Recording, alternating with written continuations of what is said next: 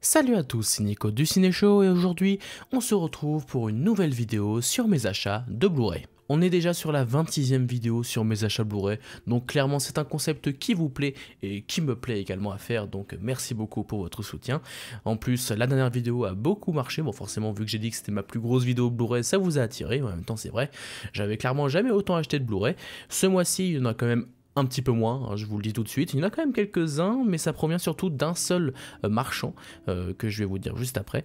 Dans tous les cas, je vous propose qu'on ne perde pas plus de temps dans cette vidéo et qu'on commence tout de suite avec les premiers Blu-ray. On commence avec là où j'ai fait mes principaux achats, c'est-à-dire que presque tout ce que je vais vous montrer, mis à part du coup, il y a 3 jeux PS5 donc que je vais vous montrer après, plus un Blu-ray que j'ai eu à part, et tout le reste provient de Nose, puisque en effet il y a une journée, je sais plus quand exactement, durant le mois de décembre, où je me suis dit je vais aller à Nose, je vais regarder ce qu'il y a dans les rayons, et en fait il y avait masse Blu-ray, mais j'ai jamais vu autant de Blu-ray, surtout autant de Blu-ray intéressants.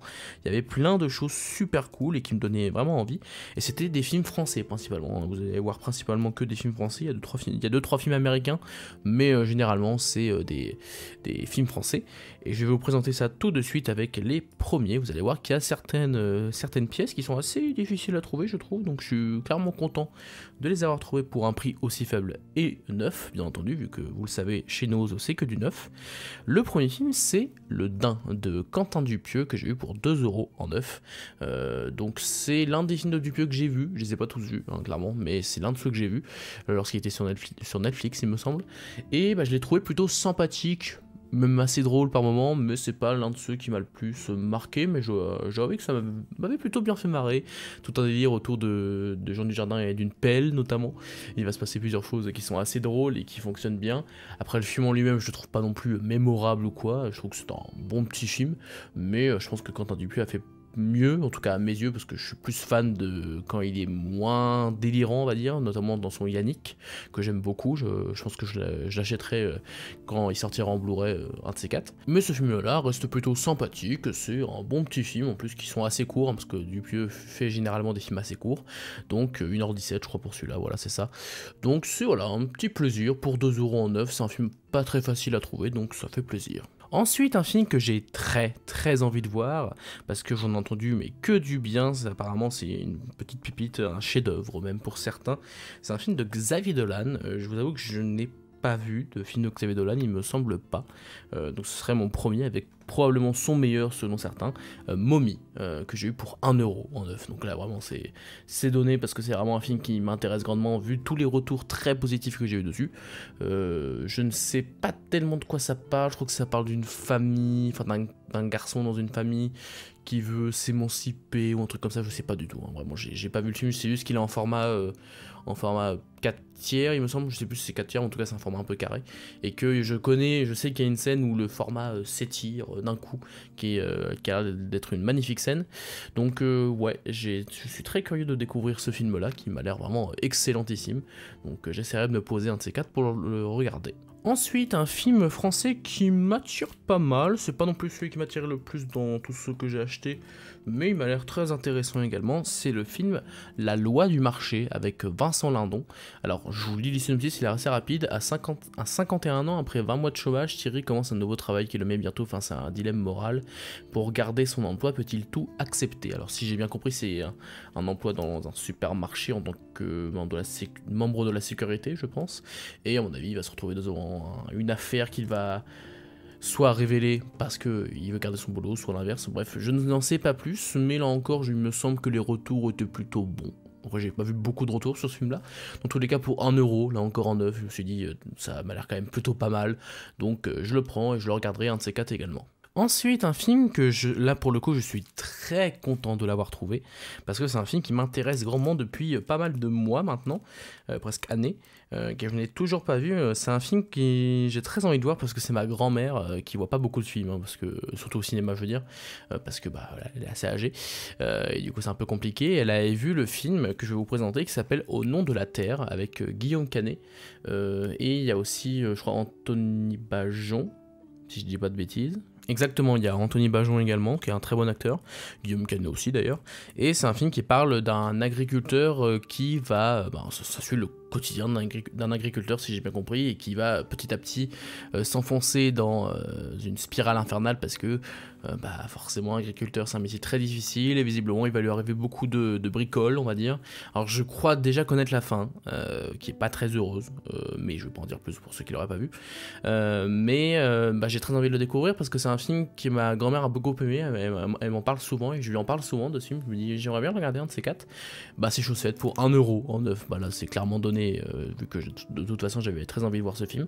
Et bah même dans l'idéal, je sais pas si ça vous plairait, mais moi j'aimerais beaucoup faire une vidéo avec ma mamie, tout simplement, pour qu'on parle à deux de ce film, qui lui a beaucoup plu, voilà. Donc je sais pas si ça vous intéresserait, mais moi ça me ferait très plaisir de faire une petite vidéo avec ma mamie que j'aime tant.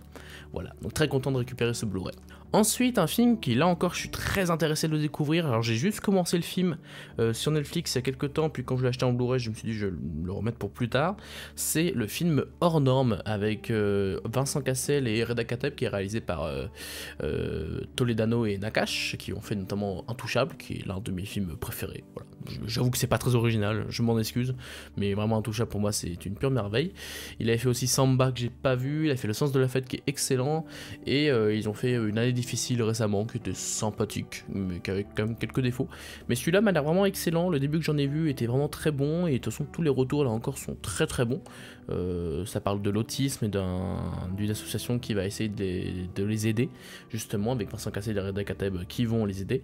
Et vraiment, je suis très intéressé de le découvrir, ça a l'air d'être un magnifique film, donc j'ai très hâte de le voir, celui-là. Et pour 3 € du coup en neuf, c'est un poil plus cher, mais 3 € ça reste rien du tout, surtout en neuf.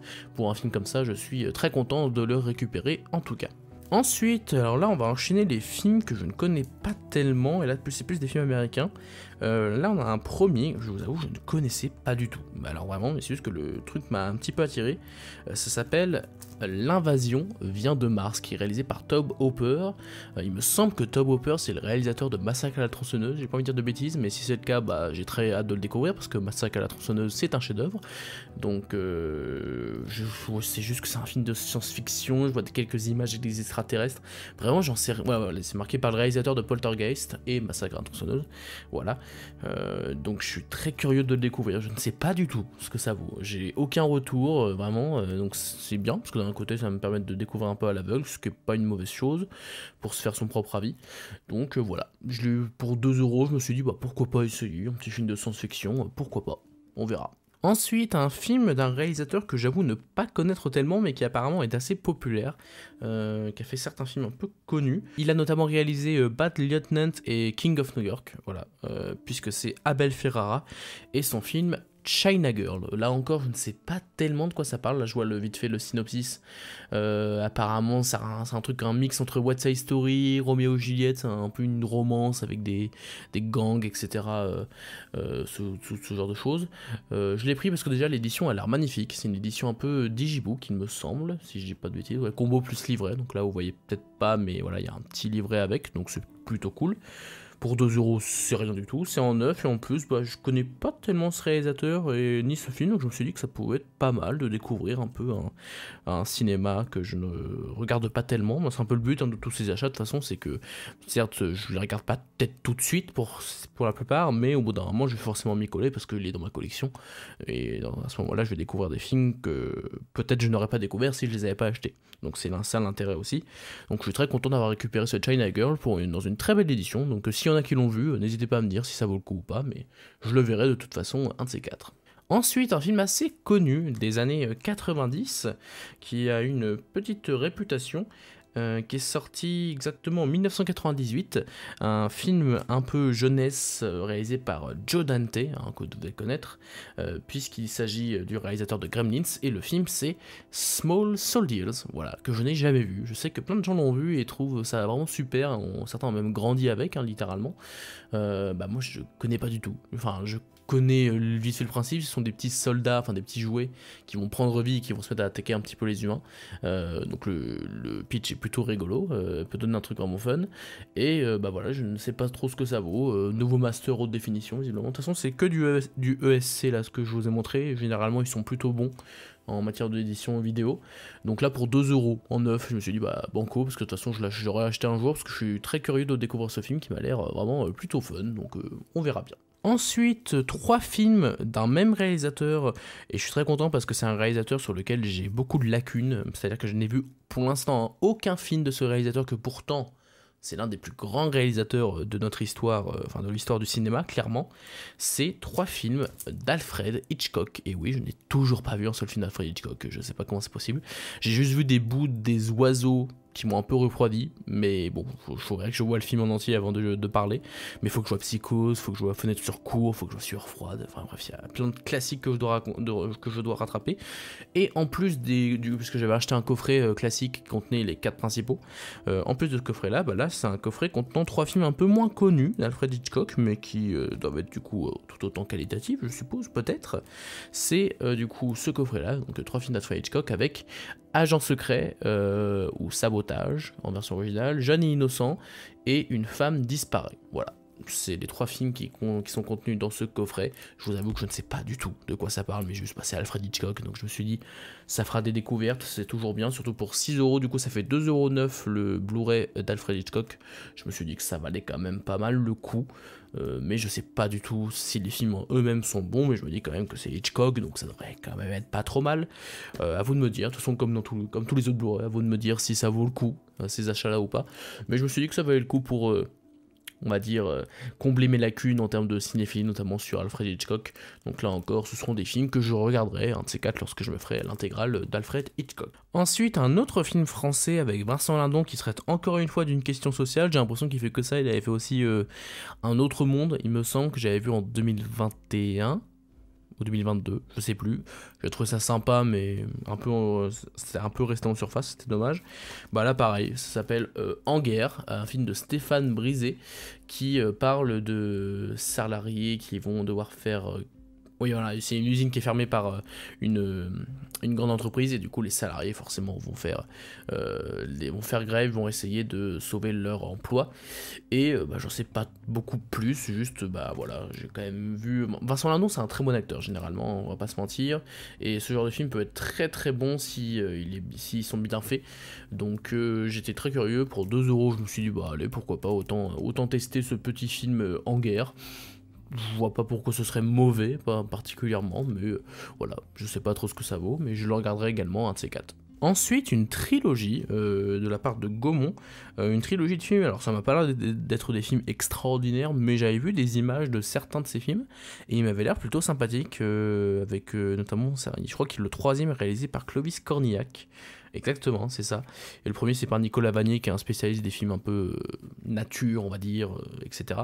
C'est du coup la trilogie Belle et Sébastien de Gaumont, donc la trilogie assez récente, hein. Il y a eu un autre film depuis qui s'appelle Nouvelle Génération, et je crois que j'ai vu des images, c'était pas terrible. Mais il me semble que ces 3-là étaient plutôt pas mal. Dites-moi si je me trompe, mais j'avais eu des bons retours de ces 3 films-là qui apparemment étaient plutôt bons, avec de beaux décors, avec une histoire plutôt sympathique. Donc à voir, mais je suis plutôt curieux de celui-là. Je crois que dans le 3 est réalisé par Clovis Cornillac, pardon, et il joue aussi le méchant, il me semble.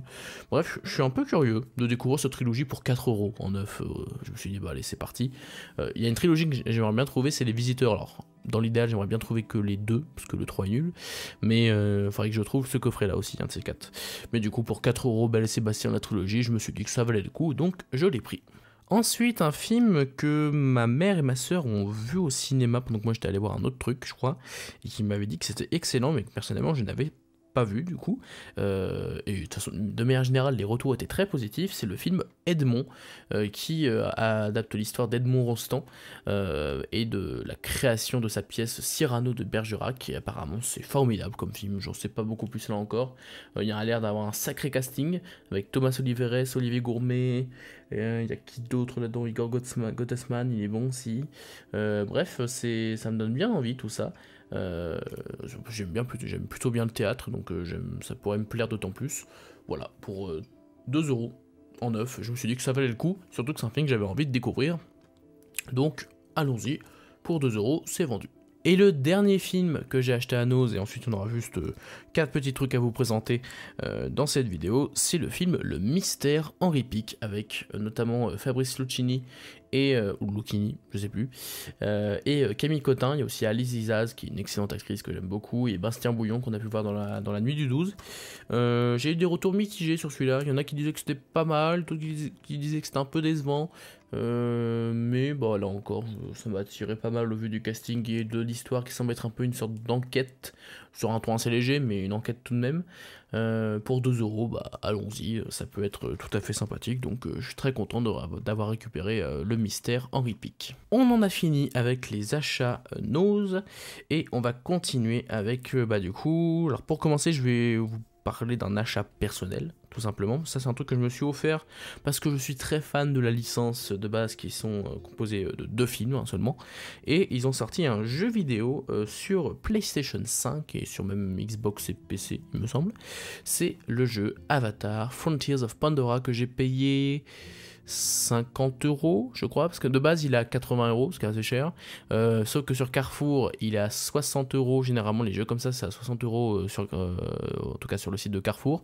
Et vu que généralement je me précommande un truc que tous les mois à peu près, enfin peut-être pas tous les mois, mais en l'occurrence j'avais acheté 2-3 jeux durant cette période, bah j'avais un coupon de réduction de 10 euros supplémentaires, ce qui fait que ça m'est revenu à 49 euros, je crois. Pour un jeu qui vient tout juste de sortir, je me suis dit que c'était quand même pas dégueu. Donc je l'ai pris, surtout que je suis très fan d'Avatar 1 et 2, hein, le 1 est l'un de mes films préférés. Avec le temps, je trouve quand même que le 2 est un peu moins bien, il reste extraordinaire aussi, mais le 2 est moins bien quand même que le 1. Parce que j'avais fait mon top film de James Cameron et j'avais mis le 2 au-dessus du 1, finalement, non, je pense pas. Je pense que je suis un peu enflammé, dans tous les cas. Ce jeu-là était vraiment pas mal pour un jeu Ubisoft qui souvent ont une formule de monde ouvert assez répétitive. Bah là, je trouve qu'ils ont réussi à varier un peu leur gameplay, ce qui fait plaisir. Assez immersif, on est vraiment immergé dans l'univers de Pandora, il y a les musiques, il y a l'ADA qui est là. Seul problème, c'est que le jeu dure un peu trop longtemps, il y a au moins, je pense, 5-10 heures de trop. Vraiment sur la fin, tu te lasses un peu, tu fais un peu toujours les mêmes choses. C'est moins répétitif quand même que d'autres jeux Ubisoft, mais t'as quand même ce côté, faut faire toute la carte, etc. Et c'est un petit peu dommage. Je pense que le jeu, avec un poil moins de contenu en termes d'histoire, aurait été beaucoup mieux, beaucoup plus concis, ça aurait été très bien, ça m'aurait pas dérangé, parce que ouais, sur la fin ça commençait à devenir un petit peu long. Donc voilà, c'est le seul défaut, réel défaut que j'ai à reprocher au jeu, parce que sinon il reste très efficace, très bien fait, il marche très bien, il n'y a pas de lag, il est magnifique sur PS5, donc non, franchement c'est un très bon jeu. Si vous avez l'occasion d'y jouer, ne vous attendez pas à une histoire de folie, et surtout attendez-vous à ce que ce soit un petit peu longué, mais franchement les sensations sont là, ça fait plaisir, c'est un très bon jeu, surtout un très bon jeu Avatar. Et les 3 dernières choses que je vais vous présenter, ce sont des cadeaux de Noël, oui, parce que en décembre, c'était forcément la période de Noël, donc on m'a offert 2 jeux PS5 et un petit Blu-ray. Donc merci la famille, merci les tatas, les tontons, bref, tout le monde de m'avoir offert ce genre, toutes ces belles choses. Et on va commencer par les 2 jeux PS5 et on finira avec le Blu-ray, qui est un Blu-ray assez spécial, puisque c'est l'un de mes films préférés de 2023. On en reparlera tout à l'heure. Pour le moment, parlons d'un jeu que j'ai commencé, j'ai juste joué 1 heure et quelques, j'ai pas encore continué parce qu'en même temps j'ai continué sur un autre jeu dont on parlera le mois prochain. C'est le jeu Star Wars Jedi Survivor, qui est la suite de Star Wars Fallen Order, qui était très cool, en tant plutôt bon jeu, même si la fin m'avait un petit peu déçu. Celui-là commence très bien, j'ai joué qu'1 heure, hein, le gameplay est toujours aussi cool. Cal Kestis a pris une apparence qui me plaît un peu plus avec ses petites barbes, il a pas mal la classe. C'était plutôt cool à manier. Alors maintenant j'attends de voir si l'histoire sera aussi bonne. L'histoire du premier était cool, mais justement je m'attendrais, j'espère que celle du 2 aura un petit peu plus de couronnes, quoi, parce que ça manque un petit peu d'ambition, de poids, d'enjeu, etc. Même s'il y avait de très bonnes scènes, là j'espère que dans celui-là il y aura des scènes encore plus ouf. On va voir, même si je pense que le jeu sera très cool à faire, et en tout cas j'ai très hâte de le continuer lorsque j'aurai le temps, ou lorsque je prioriserai d'autres jeux. Et le deuxième et dernier jeu de cette vidéo, c'est un remake d'un jeu que j'ai déjà fait, qui était déjà une édition remasterisée sur PS4, parce que le jeu est de base sorti sur PS3, et je l'ai fait sur ma PS4 en édition remasterisée. C'est un petit chef-d'œuvre, on va dire, du jeu vidéo, même si la suite est encore mieux, mais on aura l'occasion de reparler. C'est The Last of Us Part 1, qui est encore sous blister parce que de toute façon je l'ai déjà fait, l'original, mais je voulais avoir sur PS5 pour le refaire, un de ces quatre, en version remake, parce que le jeu a l'air absolument magnifique dans cette version là.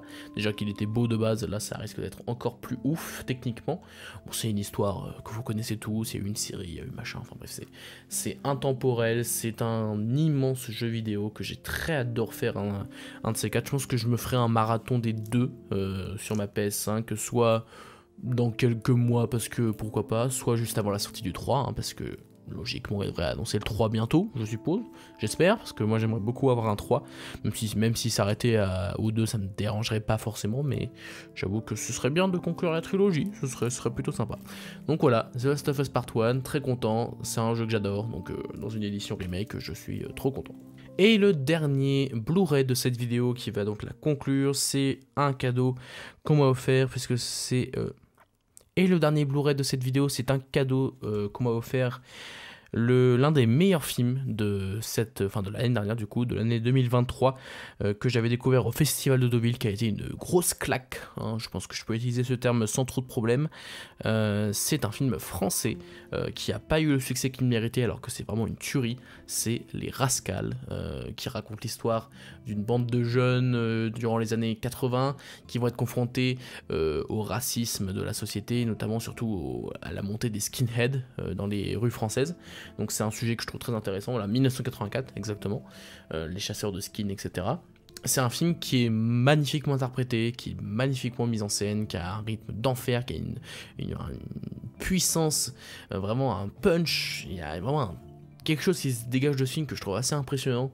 Il y a des séquences sur la fin notamment qui sont dingues en termes d'intensité et de maestria. Je trouve vraiment que pour un premier film c'est incroyable, vraiment j'adore ce film. Il faudrait que je le revoie à l'occasion tellement qu'il m'avait mis une claque, mais vraiment je suis trop content de l'avoir parce que ce film n'a clairement pas eu le succès qu'il méritait. Il aurait mérité de faire beaucoup plus d'entrées, mais il a été très peu distribué, c'est dommage. Mais vraiment, vous voyez ce film, pour moi c'est une pépite. Les Rascals, c'est vraiment un excellent film français qui est très pertinent et qui est surtout très divertissant, quoi. Il y a vraiment quelque chose de très cool dans ce film. C'est assez dur, mais bon, franchement c'est... non. Pour moi, c'est vraiment l'un des meilleurs films français de l'année dernière et même l'un des meilleurs films tout court, puisque spoiler, le top film 2023 va sortir bientôt, il sera dedans. Voilà, je vous dis pas à quelle place, mais il sera dedans tellement que ce film m'a mis une claque comme j'en ai pris rarement. Voilà, donc Les Rascals, c'est validé complètement et je vous encourage même à le découvrir si ce n'est pas encore fait, c'est absolument génial.